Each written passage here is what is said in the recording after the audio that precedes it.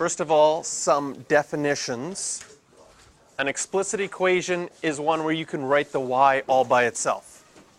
Like we have y equals 3x squared minus 2. That would be an explicit equation. Whereas an implicit equation is an equation that shows a relationship, but you might not be able to only write it as one explicit equation. For example, the x squared plus y squared equals 16. Here, you could get y squared by itself, and you could square root both sides to get y by itself, but then when you square root both sides, you get plus or minus, which is actually two different explicit equations. So it doesn't just have one. So we call an equation where there's a relationship, but you can't necessarily write it as one explicit equation, and implicit equation. So now we're going to do differentiation with implicit equations. And how is that going to look? So the idea works like this. You now do your derivative on both sides with respect to x. So what's going to happen is you are going to do the derivative with respect to x of this side, and you're going to do the derivative with respect to x on this side. And so going through the derivative, what's the derivative of x squared? 2x. The derivative of y squared is going to work like this. It's going to work like the derivative of x. You're going to write 2y, because you bring the 2 out in front and subtract 1 from the exponent. But then you also have to do the derivative of y. And the derivative of y is just the derivative of y. So there's a chain rule that happens here. The chain rule says do the outside function first, which is the squared. The 2 comes in front. You subtract 1 from the exponent. And then you still have to do the derivative of the inside.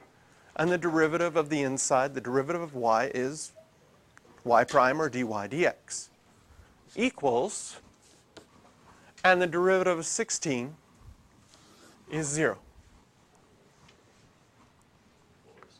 Now, we're asked to find the derivative, so the question is, can we get this dy dx all by itself? Yes, it's not too hard. I can move the 2x over to the other side, divide both sides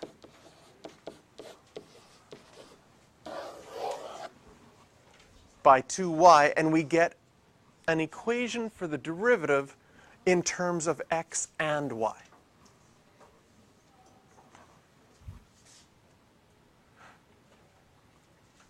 Now I want to go back and just look at these two equations for y that we got. Did I go too fast? Do we need to go back for a bit? Are we good? So if I had this equation, and I'll write it as a 1/2, or this equation with the negative in front, and I wrote it as a 1/2. If I took the derivative of the equation on the left, I would get 1/2 out in front, 16 minus x squared to the negative 1/2 times by derivative of the inside, which would be negative 2x. And I could rewrite this as negative 2x over 2 square root of 16 minus x squared.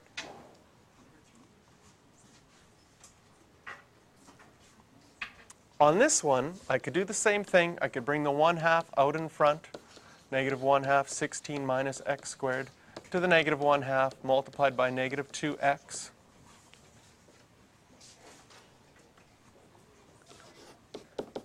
And if I simplify this one, I'm going to write it this way. I'm going to keep the 2x on the top. I'm going to take this negative out in front and put it on the bottom.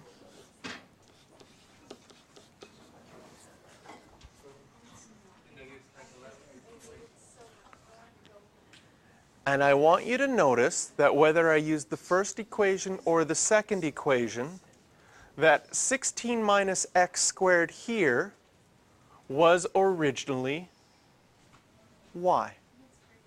So another way that I could write y prime is that it's equal to negative 2x over 2y. And same thing over here.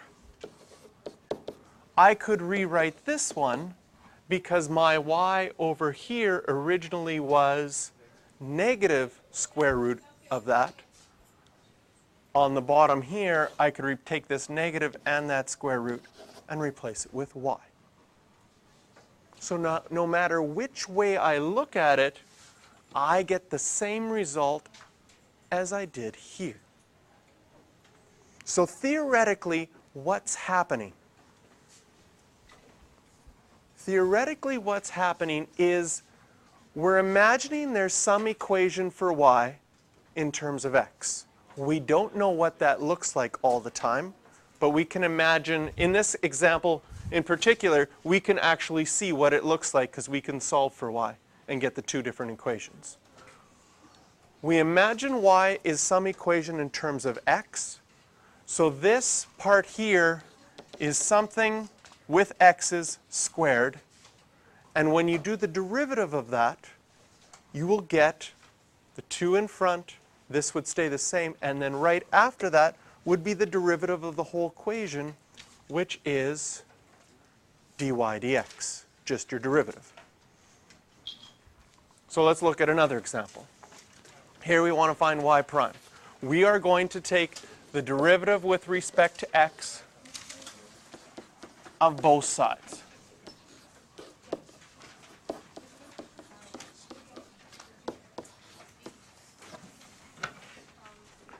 And when taking the derivative with respect to x on both sides, the 3x to the 4, that's easy. That's going to be 12x cubed. Here, when we do the derivative of x cubed y, we have to think of it as a product rule.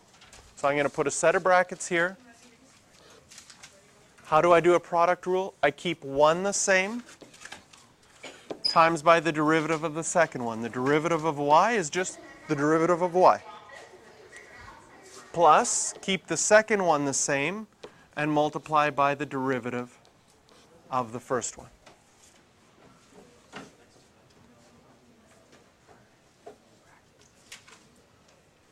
Equals, the derivative of 15 will be 0, and here the derivative of negative y to the 7, well, it'll be 7y to the 6, and then the derivative of the inside function, what's the derivative of y? The derivative of y. Now in this equation, we get the derivative of y in two different spots. So what we're going to do is we're going to rearrange our equation so that everything that has the derivative of y in it is on one side of your equation, and everything that has just x values and stuff on the other side. So I'm going to keep the negative x cubed y prime on this side. I'm going to move the 7y to the 6 y prime to the left side. I'm going to put everything else, so the 12x cubed on this side, and I would have a negative 3x squared y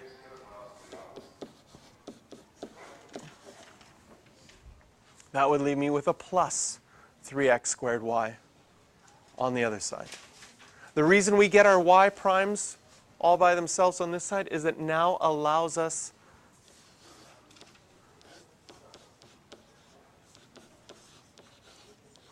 to factor it out.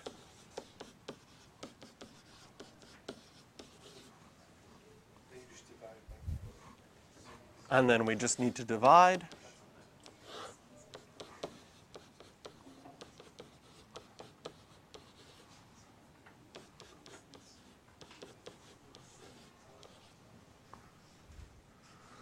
And that ends up with one crazy looking expression, one crazy looking equation. We could even type that into our GeoGebra program and see what that graph looks like. Okay, while I'm typing that one in, you guys have tried this one.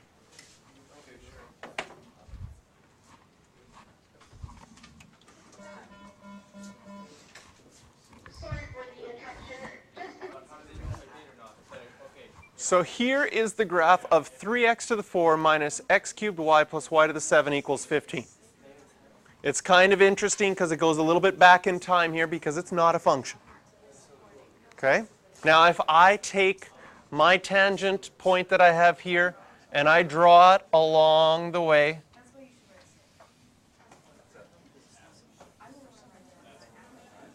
okay, notice that my graphs overlap here a little bit because it goes back in time. And that blue line that I just traced there, that would be the answer that we found here. That's the graph of that.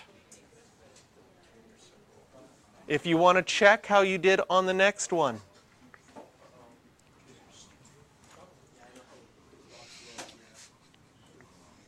to see if you got dy dx by itself.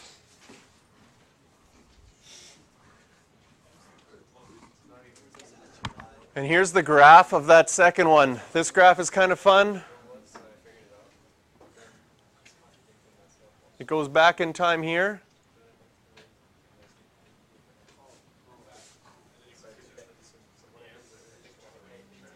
Some crazy.